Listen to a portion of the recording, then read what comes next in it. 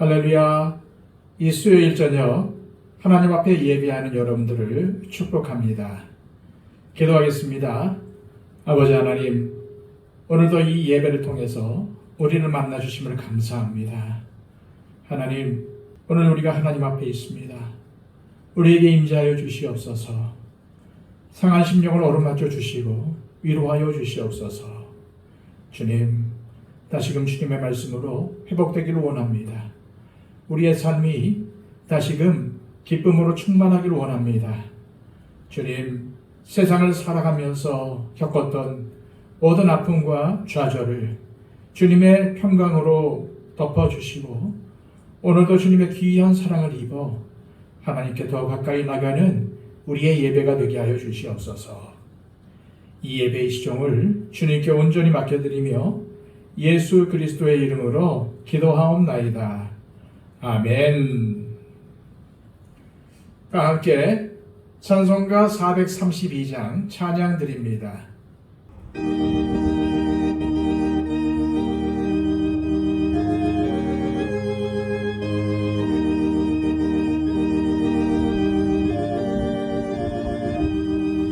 큰 물결이 설레는 어두운 바다, 저 등대의 불빛도 희미한데 이 풍랑에 패조 항해하는 이 작은 배 사공은 주님이라. 나 두려웠네 두려움 없도다. 주 예수님 늘 깨어 계시도다. 이 흉흉한 바다를 다 지나면 저 소망의 나라에 이르리라. 큰 풍랑이 이 배를 위협하며 저 깊은 물이 벌려 달려드나 이 바다에 노조 항해하는 이 작은 배 사공은 주님이라. 나 두려웠네 두려움 없도다. 주 예수님 늘 깨어 계시도다. 이 흉흉한 바다를 다 지나면 저 소망의 나라에 이르리라. 큰 소리로 물결을 명하시면 이 바다는 고요히 잠자리라. 저 동역이 환하게 밝아올 때 나 주 함께 이 바다 건너가리. 나 두려웠네 두려움 없도다. 주 예수님 늘 깨어 계시도다. 이 흉흉한 바다를 다 지나면 저 소망의 나라에 이르리라. 찬송가 하나 더 부릅니다. 찬송가 205장입니다.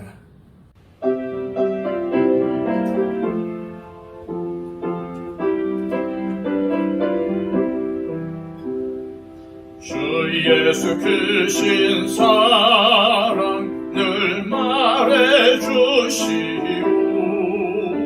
나 항상 듣던 말씀 또 들려주시오. 저르지 않는 천국 주 예수 계신 곳 나 밝히 알아듣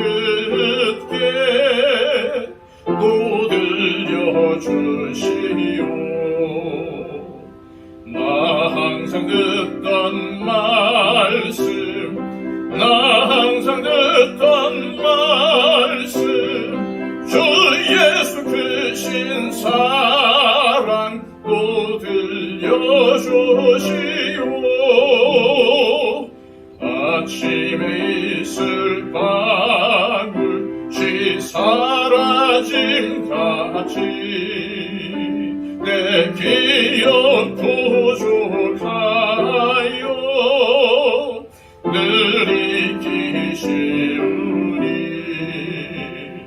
자라듣기 쉽게 늘 말해주시오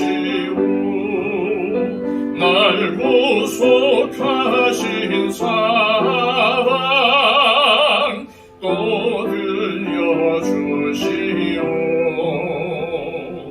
나 항상 듣던 말씀 나 항상 듣던 말씀 주 예수 크신 사랑 또 들려주시오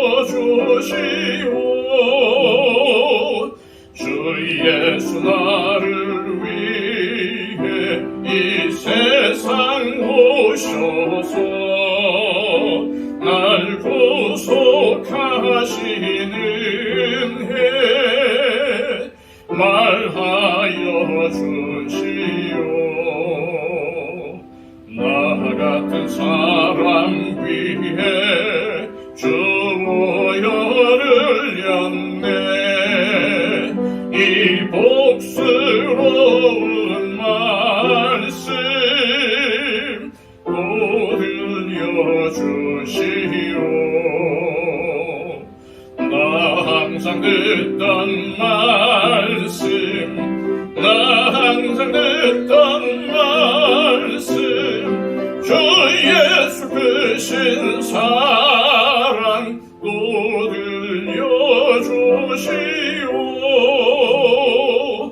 이 세상 헛된 영화 날 미혹할 때에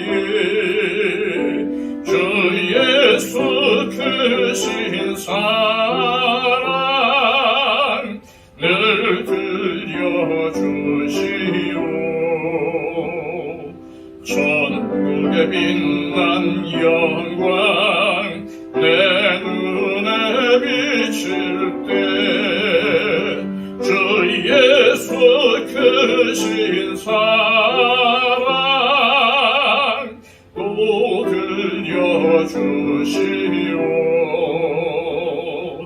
나 항상 듣던 말씀 나 항상 듣던 말씀 주 예수 크신 사랑 또 들려주시오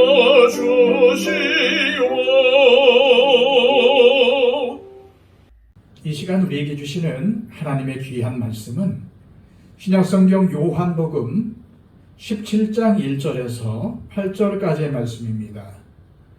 신약성경 176쪽입니다. 예수께서 이 말씀을 하시고 눈을 들어 하늘을 우러러 이르시되 아버지여 때가 이르렀사오니 아들을 영화롭게 하사 아들로 아버지를 영화롭게 하게 하옵소서. 아버지께서 아들에게 주신 모든 사람에게 영생을 주게 하시려고 만민을 다스리는 권세를 아들에게 주셨음이로소이다. 영생은 곧 유일하신 참 하나님과 그가 보내신 자 예수 그리스도를 아는 것이니이다. 아버지께서 내게 하라고 주신 일을 내가 이루어 아버지를 이 세상에서 영화롭게 하였사오니 아버지여 창세전에 내가 아버지와 함께 가졌던 영화로서 지금도 아버지와 함께 나를 영화롭게 하옵소서. 세상 중에서 내게 주신 사람들에게 내가 아버지의 이름을 나타내었나이다. 그들은 아버지의 것이었는데 내게 주셨으며 그들은 아버지의 말씀을 지키었나이다. 지금 그들은 아버지께서 내게 주신 것이 다 아버지로부터 온 것인 줄 알았나이다. 나는 아버지께서 내게 주신 말씀들을 그들에게 주었사오며 그들은 이것을 받고 내가 아버지께로부터 나온 줄을 참으로 아오며 아버지께서 나를 보내신 줄도 믿었사옵나이다. 아멘. 요한복음은 모두 21장으로 이루어져 있는데 13장부터 17장까지의 내용은 사실 한 장소에서 이루어진 사건입니다. 예수님은 그곳에서 제자들과 최후의 만찬을 하시고 그들의 발을 씻겨주신 다음 마지막으로 제자들을 가르치셨는데 그 내용이 13장에서 16장까지 기록되어 있습니다. 그리고 요한복음 17장에서는 기도를 하셨습니다. 이 기도를 십자가의 죽음을 목전에 두고 하신 기도라고 해서 소위 대제사장의 기도라는 별명으로 부르기도 합니다. 이 대제사장의 기도는 크게 세 부분으로 되어 있습니다. 첫째가 예수님 자신을 위한 기도, 둘째가 제자들을 위한 기도, 셋째가 모든 믿는 사람들을 위한 기도입니다. 오늘은 첫 부분인 예수님이 자신을 위해 하신 기도를 살펴보겠습니다. 1절입니다. 예수께서 이 말씀을 하시고 눈을 들어 하늘을 우러러 이르시되 아버지여 때가 이르렀사오니 아들을 영화롭게 하사 아들로 아버지를 영화롭게 하게 하옵소서. 여기서 때가 이르렀다고 하신 것은 죽음의 시간이 눈앞에 다가왔다는 뜻입니다. 그 마지막 순간 예수님은 무엇을 구하십니까? 고통 없이 죽기를 원하십니까? 그렇지 않습니다. 하나님의 영광을 구하십니다. 1절을 잘 보면은 예수님은 하나님의 영광만 구한 것이 아니라 아들, 즉 자신이 아버지께 영광을 돌리게 해달라고 기도하십니다. 그렇다면 하나님의 영광을 구하고 하나님께 영광 돌린다는 것이 구체적으로 무엇을 말할까요? 4절입니다. 아버지께서 내게 하라고 주신 일을 내가 이루어 아버지를 이 세상에서 영화롭게 하였사오니. 예수님은 하나님께서 이 땅에 이루라고 하신 일을 이루심으로써 아버지께 영광을 돌리셨습니다. 그런데 만약 예수님이 십자가의 죽음을 회피하여 십자가를 통해 이루시려는 하나님의 구원 계획을 무산시켰다면 아무리 입술로는 하나님의 영광을 말한다고 해도 그것은 하나님께 진정한 영광이 될 수가 없었을 것이 분명합니다. 다시 말해 하나님께 영광을 돌린다 또는 하나님을 영화롭게 한다는 것은 말만으로 되는 것이 아니라는 것입니다. 하나님이 지금 나에게 하라고 하신 일을 행하는 것, 곧 맡겨주신 사명을 감당하는 것이 하나님께 영광을 돌리는 일입니다. 이처럼 하나님께 영광을 돌리는 것이 우리 인간의 존재 목적입니다. 다른 말로 하면 우리는 하나님의 기쁨이 되기 위해서 산다는 것입니다. 그리고 오직 하나님의 영광을 구하는 사람만이 하나님께 영광 돌리는 삶을 살 수 있습니다. 그리고 하나님의 영광 속에서만 우리가 제대로 된 삶을 살 수 있습니다. 그러나 하나님의 영광을 구하지 않은 사람은 하나님께 영광을 돌리는 삶을 살 수도 없지만 그런 사람의 삶은 세상에서의 성공의 여부와 상관없이 엄청난 어둠 속에 살게 됩니다. 그리고 그것은 하나님 보시기에 실패한 인생입니다.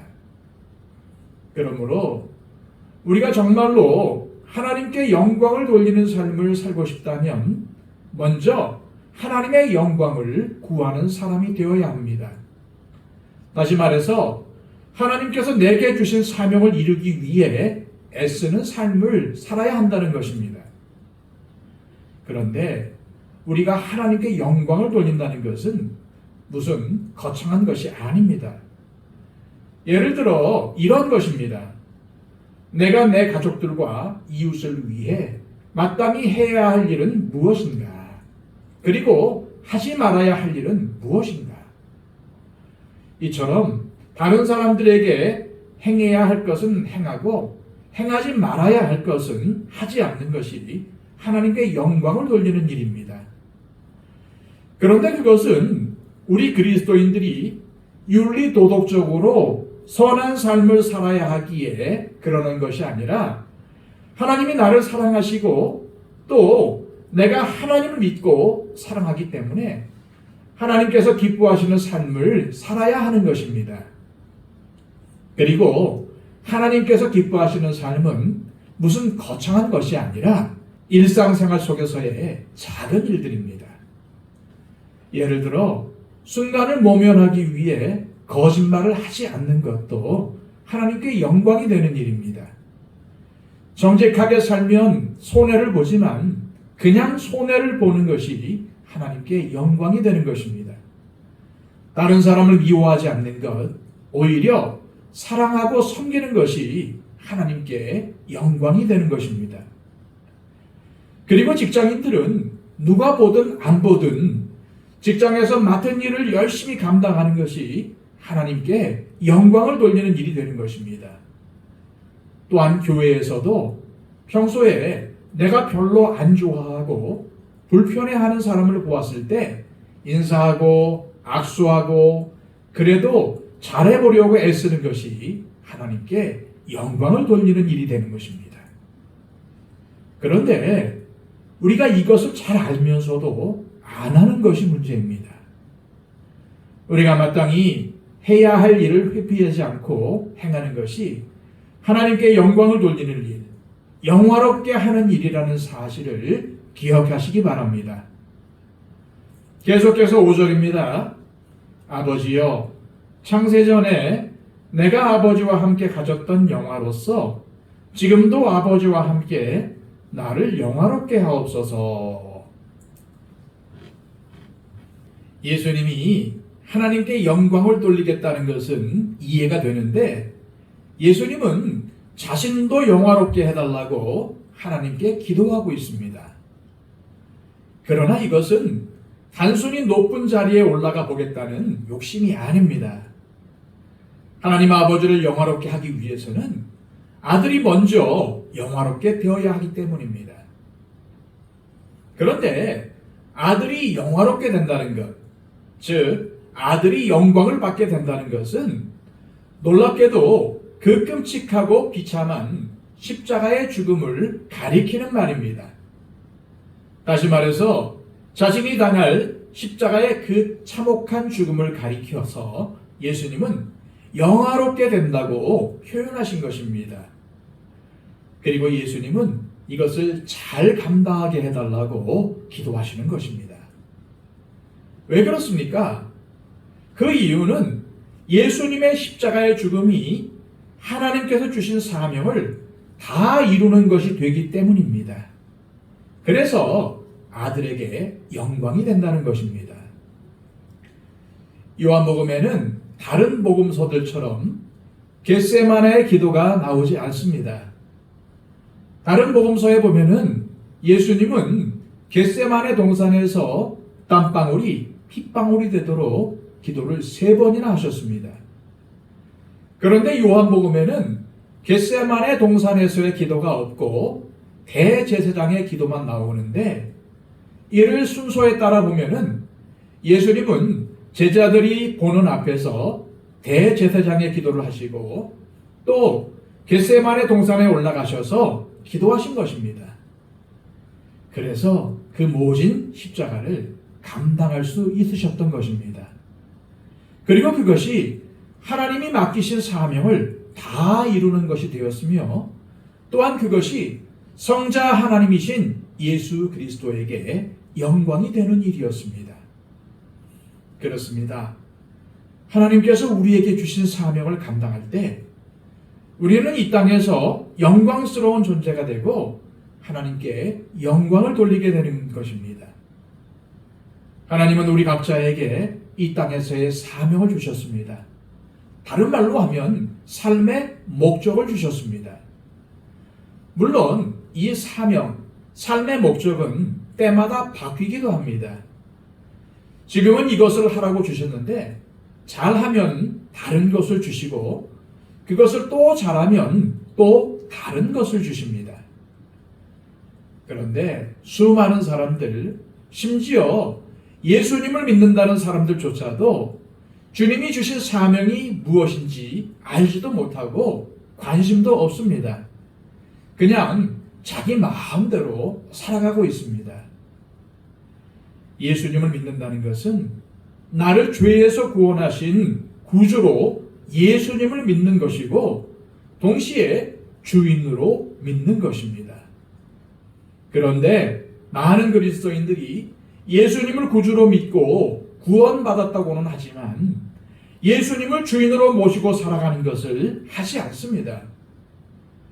그래서 하나님께 영광을 돌리지도 못하고 영광스러운 존재가 되지도 못하는 것입니다. 그렇다면 우리는 나 자신에게 질문해 보아야 합니다. 무엇을 질문해야 할까요? 지금 하나님이 나에게 하라고 주신 사명은 무엇인가? 나에게 주신 사명이 뭔지 잘 모르거나 혹은 없다고 느낄 수도 있습니다. 하지만 구원받은 그리스도인이라면 반드시 주어진 사명이 있습니다. 우리가 매일매일 신앙생활 속에서 말씀대로 살기 위해 애쓴다면 하나님이 그것을 깨닫게 해주시고 불러서 쓰십니다. 우리가 그 사명을 언제 깨달을지는 모르지만 그것을 깨달을 때까지 매일 최선을 다해 살아가면 됩니다. 큰 일만 따라가고 높아지고 명성을 얻는 것만 따라가는 것이 아니라 작은 일부터 충성할 때 우리는 우리에게 주어진 사명을 깨닫게 됩니다.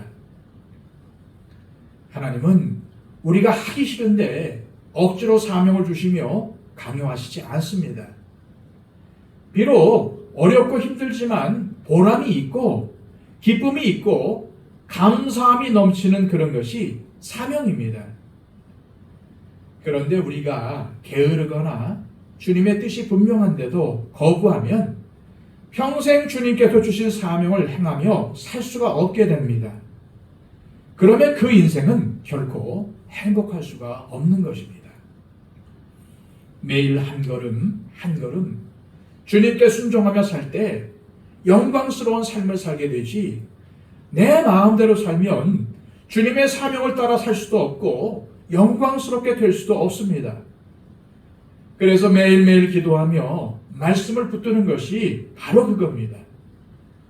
그러면 이끌어 주시고 또 하나님의 영광을 구하며 하나님의 영광을 드러내는 삶이 되게 해주신다는 것입니다.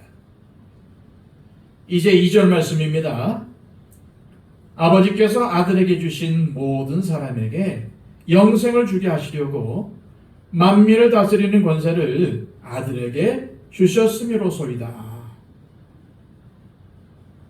하나님께서 아들이신 예수님에게 하라고 주신 일이 무엇입니까? 그것은 바로 십자가의 죽음과 부활을 통해 우리에게 영생을 주시는 일입니다. 그런데 영생이 무엇입니까? 그것은 구원과 같은 의미입니다. 문자 그대로 하면 영원한 생명, 즉 영원히 죽지 않는 생명입니다. 그런데 그저 죽지 않는 것만 의미하는 것이 아닙니다. 지옥에서도 영원히 죽지 않습니다. 그러나 지옥의 영생은 축복이 아니라 저주입니다. 그리고 그런 것은 영생이 아니라 영벌이라고 합니다. 그렇다면 우리가 어떻게 해야 영생을 얻을 수가 있습니까? 3절입니다. 영생은 곧 유일하신 참 하나님과 그가 보내신 자 예수 그리스도를 아는 것이니이다. 영원한 생명의 삶은 참 하나님과 그분께서 보내신 예수 그리스도를 아는 것이라고 말씀하십니다. 그런데 예수님은 너무나도 당연한 이 말씀을 왜 자신의 죽음을 몇 시간 앞둔 이 시점에서 하시는 걸까요? 사실 이 말씀은 제자들에게 가르치시는 내용이 아닙니다. 이것은 예수님이 바로 앞에 다가온 죽음을 바라보시면서 하나님께 드린 기도의 내용 가운데 들어가 있는 말씀입니다. 예수님께서 이렇게 기도하신 이유는 사람들이 하나님과 예수 그리스도를 바로 알아서 영원한 생명을 얻기를 간절히 바라시기 때문입니다. 하나님만이 유일하시고 참되신 분이라는 것을 진정으로 알 때에 영생이 주어진다는 것입니다. 그런데 하나님을 아는 길은 우리 스스로는 찾을 수가 없습니다. 그래서 우리에게 그 길을 보여주셨는데 바로 그분이 예수 그리스도이시며, 그래서 사람의 몸을 입고 세상에 오신 예수님을 아는 것이 곧 유일하신 참 하나님을 아는 것이라고 말씀하시는 것입니다. 그런데 여기서 안다는 것은 공부해서 머리로 아는 지식이 아니라 체험적으로 아는 것을 말합니다. 따라서 안다는 것은 믿는다는 것과 같은 말입니다. 안다는 것과 믿는다는 것이 특히 사도 요한에게는 같은 의미인 것입니다. 그 일례로 사도 요한이 기록한 요한일서 5장 11절에서 12절까지의 말씀을 세번역 성경의 본문으로 읽어드리겠습니다. 그 증거는 이것이니 곧 하나님이 우리에게 영원한 생명을 주셨다는 것과 바로 이 생명은 그 아들 안에 있다는 것입니다. 그 아들을 모시고 있는 사람은 생명을 가지고 있고 하나님의 아들을 모시고 있지 않은 사람은 생명을 가지고 있지 않습니다. 하나님은 아들이신 예수 그리스도에게 영생을 맡기셨습니다. 따라서 하나님의 아들을 모시고 있는 사람, 즉 하나님의 아들을 알고 믿는 사람에게는 영생이 있습니다. 그러나 하나님의 아들을 모시고 있지 않은 사람에게는 영생이 없습니다. 이 땅에서의 생명은 있지만 영생은 없는 것입니다. 그래서 예수님을 믿으라고 하는 것이죠. 그렇다면 아들을 모시고 있는 사람에게는 생명이 있고 하나님의 아들을 모시고 있지 않은 사람에게는 생명이 없다는 말은 무슨 뜻이겠습니까? 결국 영원한 생명이 있느냐 없느냐는 하나님의 아들을 모셨느냐 안 모셨느냐 딱 그 한 가지에 달려 있다는 것입니다. 하나님의 아들을 모시지 않았으면 아무리 교회 봉사를 많이 하고 성경 공부를 많이 하고 착한 일을 많이 해도 소용이 없다는 것입니다. 하나님의 아들을 모시고 있지 않으면 영생을 얻지 못한 것입니다.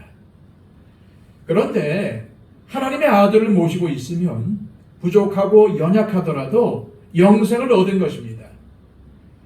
예수님을 영접함으로 영생을 받게 되는데 예수님을 영접하는 것만이 영생을 얻는 유일한 길이라는 것을 말씀하시는 것입니다.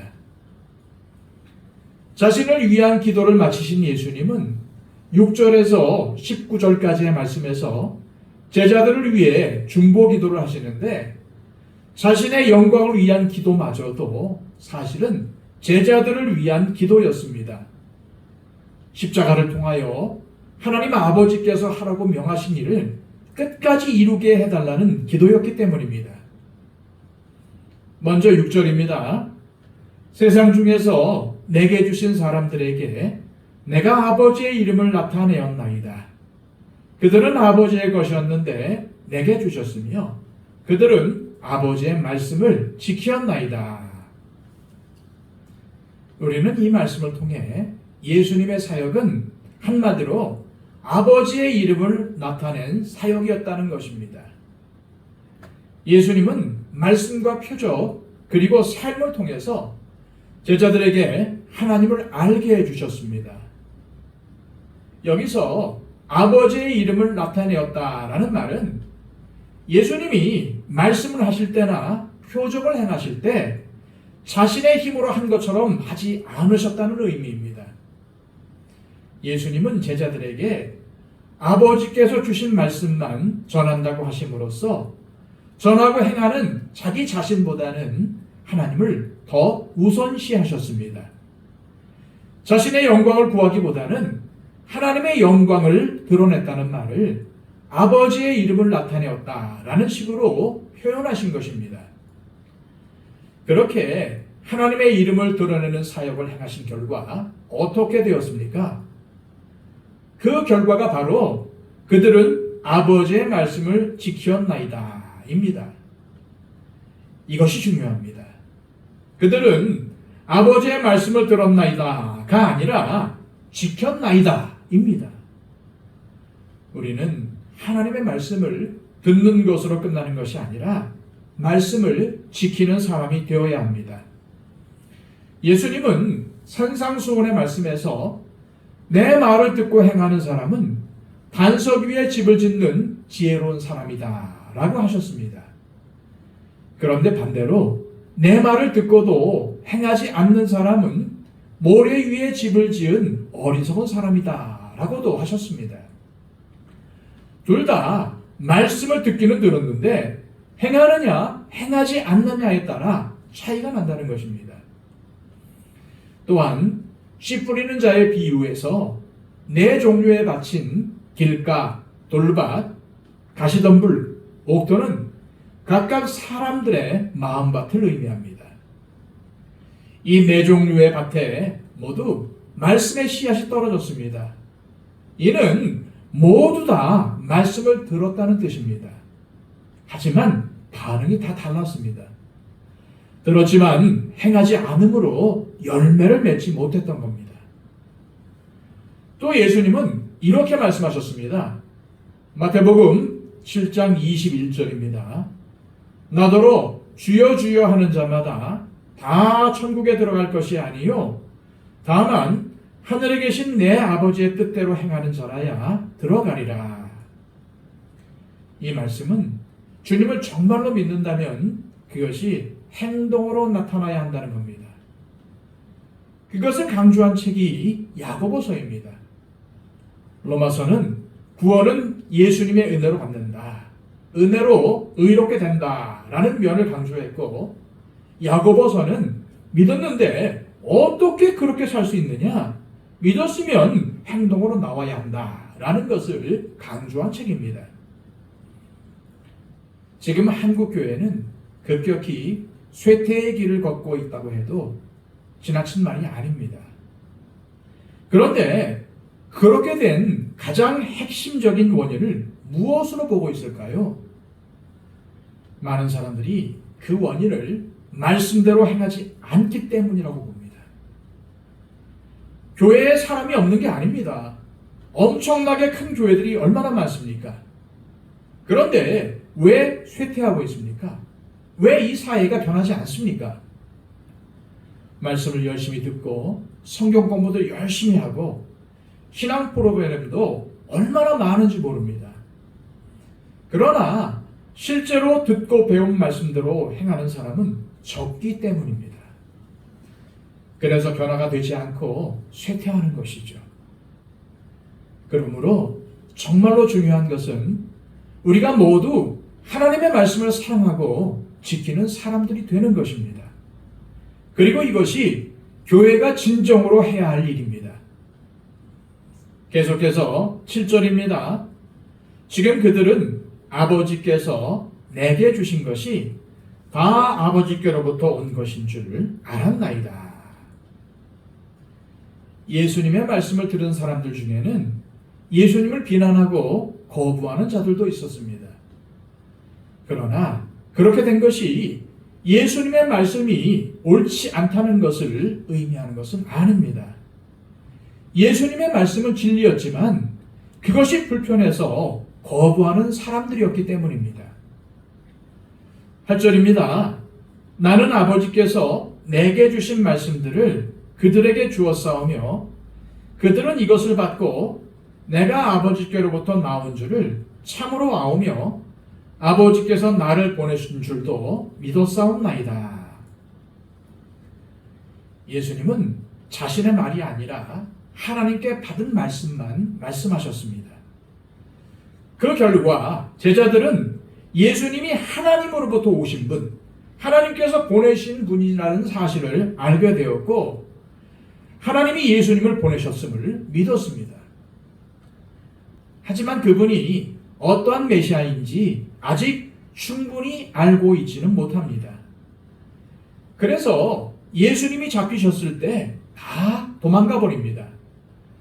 아직 십자가의 예수님을 알고 믿지는 못합니다. 그러나 예수님 뒤에 하나님이 계신다는 사실은 알았습니다. 예수님을 부인하기도 하고 다 흩어져 도망갈 제자들인 줄 알고 계셨지만 그래도 그들을 믿음의 사람으로 영생의 사람으로 여겨주시는 것이 하나님의 은혜이고 긍휼입니다. 이 은혜가 없었다면 우리가 지금 이 자리에 어떻게 있을 수 있겠습니까? 분명히 제자들의 믿음에는 한계가 있었습니다. 아직 이 순간에는 예수님을 온전히 믿고 있지도 못합니다. 하지만 그들은 예수님을 죽이려는 자들, 예수님을 귀신 들린 자로 간주하는 자들과는 달랐습니다. 예수님은 자신이 위임받은 하나님의 말씀을 전하셨고 자신에게 부여된 권세를 하나님 아버지의 뜻대로 사용하셨습니다. 그래서 하나님이 자신에게 맡겨주신 영혼들에게 영생을 얻게 하셨고 그들이 하나님의 영광에 참여하는 사람들이 되게 해주셨습니다. 이 얼마나 놀라운 일입니까? 영생은 유일하신 참 하나님과 그분이 보내신 예수 그리스도를 아는 것입니다. 힘써 하나님을 아는 사람이라야 이 땅에서부터 영원한 생명을 누리며 살 수가 있습니다. 하나님을 바로 아는 사람만이 이 땅에서 올바로 살아갈 수가 있습니다. 그렇다면 우리는 하나님을 아는 일에 얼마나 힘쓰며 살아가고 있습니까?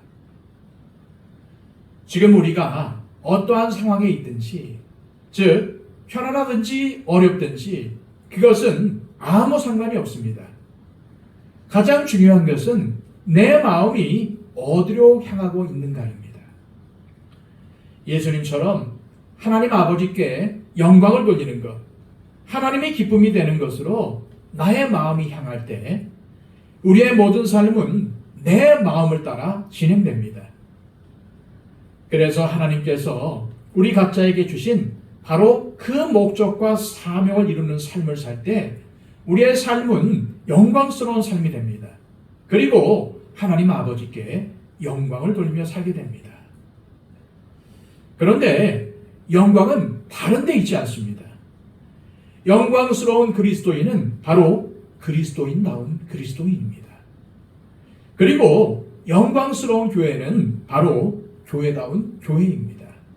우리 각자가 하나님의 말씀에 순종하며 그리스도인답게 살 때 우리 각자의 인생을 통하여 하나님이 영광을 받으시며 우리의 인생도 최고의 인생이 되는 것입니다.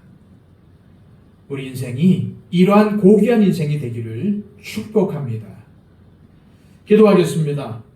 아버지 하나님, 오늘 말씀을 통해서 하나님께서 제자인 우리가 어떻게 살아야 되는지, 참된 그리스도인이 무엇인지, 어떻게 사는 것이 영광을 돌리며 영광을 얻는 삶인지 알려주셨습니다.